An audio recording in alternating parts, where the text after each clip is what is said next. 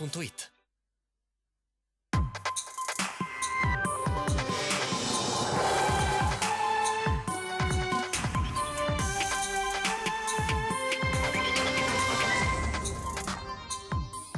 Il 1° gennaio sono stato aggredito da 3 persone nel parco di Villa Querini mentre passeggiavo con i miei cani. Tra poco il racconto dell'accaduto ai nostri microfoni. Continua la polemica sull'aumento del pedaggio autostradale Padova Est Mestre. La presidente di CAV liquida le accuse dell'ex ministro Toninelli, è colpa del governo. Insegne, terrazzini, fioriere, un camionista è entrato con il tir in pieno centro a Portogruaro distruggendo ogni cosa, i residenti terrorizzati si sono chiusi in casa. 8.700 euro di multa per un 22enne con precedenti penali trovato alla guida di un'auto senza assicurazione, privo di patente e con arnesi da scasso. Queste mura raccontano il fallimento di tutti, a dirlo il patriarca di Venezia Francesco Moraglia durante la messa nel carcere femminile della Giudecca. Gondolieri sub nuovamente al lavoro per ripulire i canali di Venezia dai rifiuti sommersi. Questa mattina l'intervento è stato nel Rio di San Luca. Grande festa in Canal Grande per festeggiare il 6 gennaio con la tradizionale regata delle Befane, ad accoglierle sul ponte di Rialto un'enorme calza. Buonasera, in diretta dunque per l'edizione veneziana dei telegiornali di Antenna 3. Partiamo dalla testimonianza di una vittima di un'aggressione al parco di Villa Querini, ancora teatro di un grave episodio. Dopo chi si è punto con le siringhe, un uomo è stato dunque aggredito in pieno giorno. Mi sono ritrovato in mezzo a una rissa. Mi è andata bene, sono rimasto in piedi. Tutto quello che si vuole, ma comunque ci ho portato a casa una frattura composta del setto nasale. Il 1° gennaio, a mezzogiorno circa, quest'uomo, che per motivi di sicurezza preferisce non farsi vedere davanti alle telecamere, stava passeggiando con i suoi cani nel parco di Villa Querini a Mestre, quando 3 ragazzi ubriachi hanno lanciato una lattina. A quel punto lui, sapendo che poco distante c'erano parecchi bambini, ha chiesto al gruppo di comportarsi bene e di tutta risposta è stato picchiato.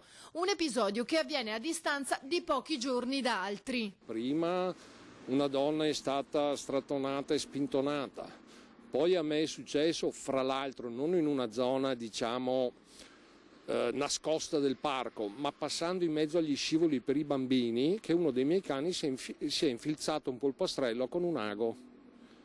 Dopodiché è successo quello che è successo a me. E in questi ultimissimi giorni, perché è una cosa che ho sentito 1 o 2 giorni fa, una donna che era lì col cane, che ha fatto i suoi bisogni, va a raccogliere quello che deve andare a raccogliere e anche lei si è infilzata con un ago mollato lì. I residenti sono preoccupati e spaventati. Il timore è quello che dopo tutti gli sforzi fatti la situazione di pericolo e degrado all'interno del parco torni come prima. Anche fuori dal parco, nella zona davanti al tennis club, davanti al CONI, il ponticello che dà verso via Wolferrari eccetera, c'è una compravendita continua, c'è un bucarsi continuo, c'è un siringhe mollate in giro continuo. Dopo quando qualcuno va via di testa, dopo non gli si può neanche dire più di tanto, perché alla fine l'esasperazione porterà solo a cose ancora più negative. L'unica cosa che si può fare, secondo me, bisognerebbe pattugliare tanto, perché almeno sta gente, se si sente osservata, se gli si mette addosso un po' di pressione, è vero che tanto non cambiano vita, però magari vanno da un'altra parte. Dopo dici, ma allora sposti solo il problema. E anche quello è vero, però se quantomeno gli mettiamo addosso molta pressione, chissà che sia la volta che lo vanno a fare solo a casa loro e che non facciano casini in giro. I residenti non hanno intenzione di mollare la presa. Ci presenteremo in procura, perché di certo non vogliamo che venga fuori la guerra di quartiere, però cercheremo di convincere le istituzioni che è ora di cominciare a muoversi in maniera quantomeno più evidente. In questa giornata della festa dell'Epifania vi abbiamo lanciato un quesito con il nostro sondaggio che vi ricordo dedicato ai panevin e dunque ai falò dell'Epifania, che in particolare nella Marca trevigiana hanno creato disagi per il picco di smog che hanno contribuito a produrre. Allora vi chiediamo per il futuro È il caso di ridurre il numero di questi roghi. I numeri in sovraimpressione sono sempre gli stessi, li vedete. Per esprimere il vostro sì e il vostro no è sufficiente chiamare, anche se la linea vi sembrerà occupata. Il vostro voto, chiamiamolo così, il vostro parere sarà stato comunque registrato. Poi nel corso di Ring questa sera, in prima serata su Antenna 3, il risultato di questo sondaggio. Continuano intanto le polemiche anche sull'aumento di pedaggi autostradali, in particolare quello sulla tratta Venezia-Padova. La presidente di CAV, Luisa Serato, risponde all'ex ministro Toninelli che aveva attaccato la regione. Non si sa se per farlo prenda l'autostrada del Sole, ma la polemica sull'aumento di pedaggio sulla tratta Padova-Marghera rimbalza da Roma a Venezia anche nel giorno dell'Epifania. L'affondo dell'ex ministro ai trasporti Danilo Toninelli è rispedito al mittente dalla presidente di concessionarie Autostrade Veneto Luisa Serato. Toninelli ha sottolineato come gli unici aumenti autostradali in Italia nel 2020 siano avvenuti in Veneto e in Lombardia, due regioni a guida leghista da decenni. Ma, risponde Serato, la decisione sulle tariffe è più complessa. La concessionaria infatti non provvede autonomamente a degli aumenti che arrivano dopo un'ampia fase istruttoria che coinvolge sia il Ministero dell'Interno che quello dell'Economia e delle Finanze. Ma di fatto però che si tratta di in questo momento di uno dei pedaggi più cari in Italia. No, ma guardi, su questo non c'è dubbio. Sta di fatto però che l'infrastruttura non è ancora pagata, però e la stiamo pagando, e il piano di rientro, cioè il piano economico finanziario che sostiene il bond, che come noto insomma ammonta a 830 milioni di euro e gli investitori sono tutti internazionali, prevede questi adeguamenti.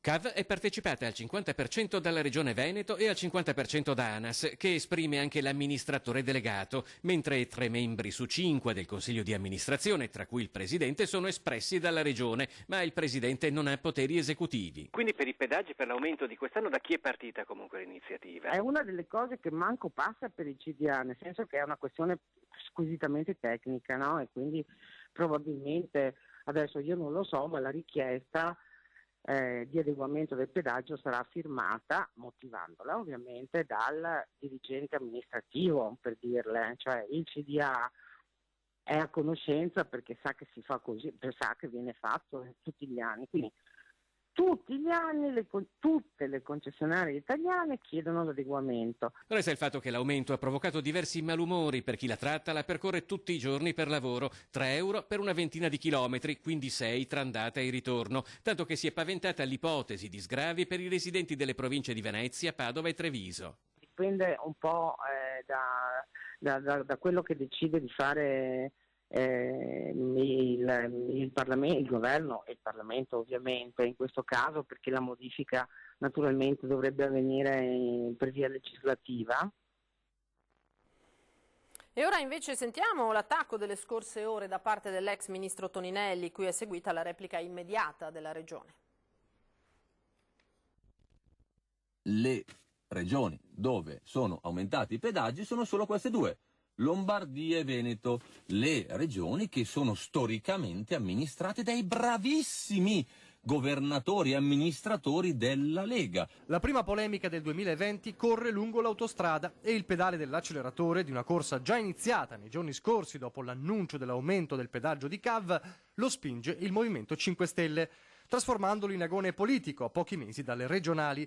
Tuona Toninelli, il pentastellato che da ministro non presenziò all'avvio del primo tratto di Pedemontana, sgarbo istituzionale che la giunta leghista ricorda ancora. Come dire, mai corso buon sangue.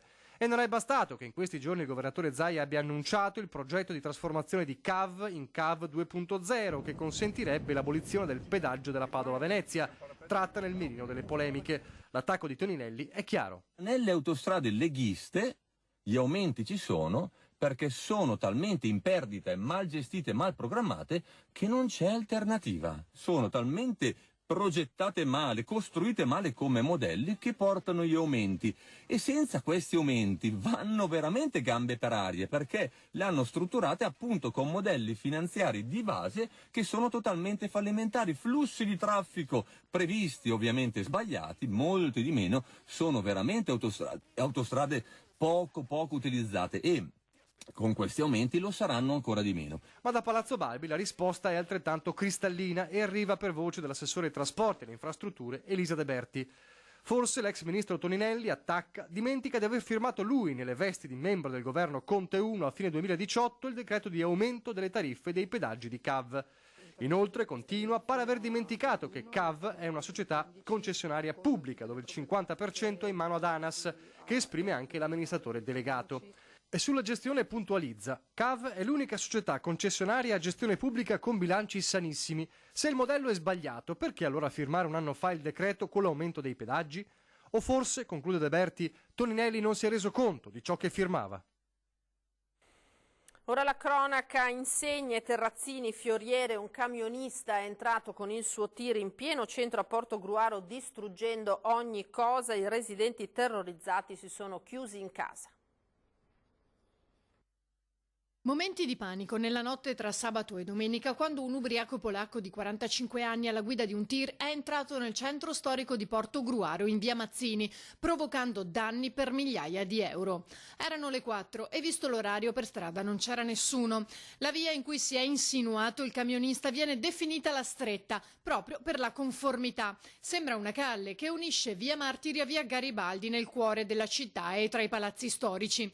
Il 45enne ha ignorato ogni tipo di divieto, riuscendo a percorrere anche via Garibaldi e via Seminario, sfiorando le auto in sosta. Ha poi svoltato a sinistra su via Mazzini, abbattendo le insegne di una tabaccheria, i canali di gronda che portano ai pozzetti, i terrazzi degli edifici storici e ha sradicato vasi, fioriere e le tende dei negozi. Non si è fermato nemmeno quando gli specchietti della cabina di guida si sono staccati e un terzo sul davanti ha frantumato il cristallo anteriore. Solo quando si è ritrovato a pochi passi da via Martiri si è arreso davanti al portico alto 2 metri.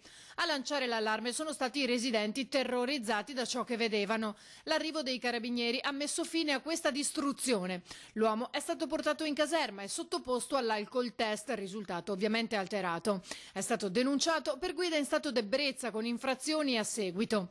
Il sindaco Maria Teresa Senatore ha dichiarato che la vicenda, pur essendo evidentemente di matrice non terroristica, conferma a necessità l'impegno di mettere sempre in atto tutti gli accorgimenti necessari e previsti, quali varchi e misure di sorveglianza per le varie manifestazioni che si svolgono a Portogruaro, per le quali, ha detto, è doveroso che l'amministrazione garantisca primariamente la sicurezza delle persone nel contrasto ad atti sconsiderati.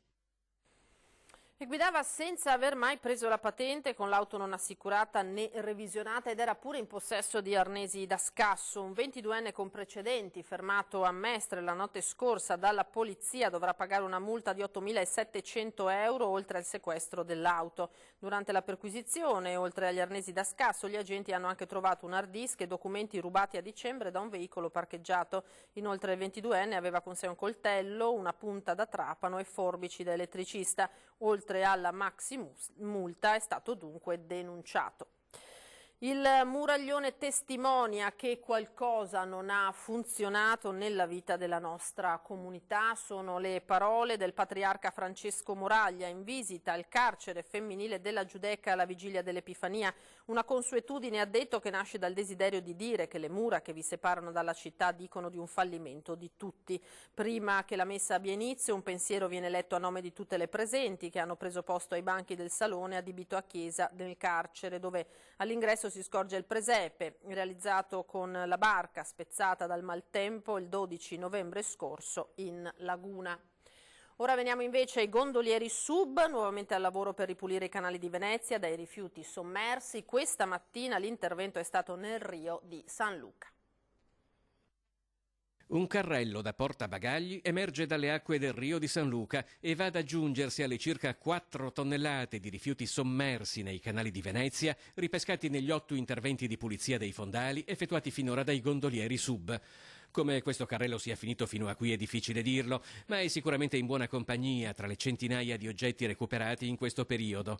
Non solo bottiglie, lattine, chincaglierie varie, ma persino lavandini, caldaie, pneumatici, biciclette, sanitari, cavalletti delle passerelle dell'acqua alta, tubazioni, fusti di birra, materiale edile vario e addirittura 2 motori fuori bordo.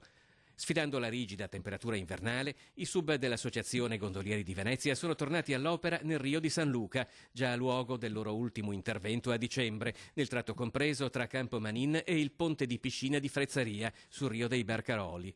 6 ore di lavoro che si sono confermate la consueta caccia al tesoro. Oltre a centinaia di chili di rifiuti di vario genere, sono comparsi un condizionatore climatico, un'elica, un carrello da portabagagli e uno d'albergo. Le immersioni proseguiranno con cadenza mensile fino ad aprile. Prossime tappe: Rio della Fava, Canal Grande, a ridosso della riva da Palazzo Grimani a Cafarsetti, e Rio San Polo. Ora ci fermiamo per una piccola sosta, torneremo tra pochissimo.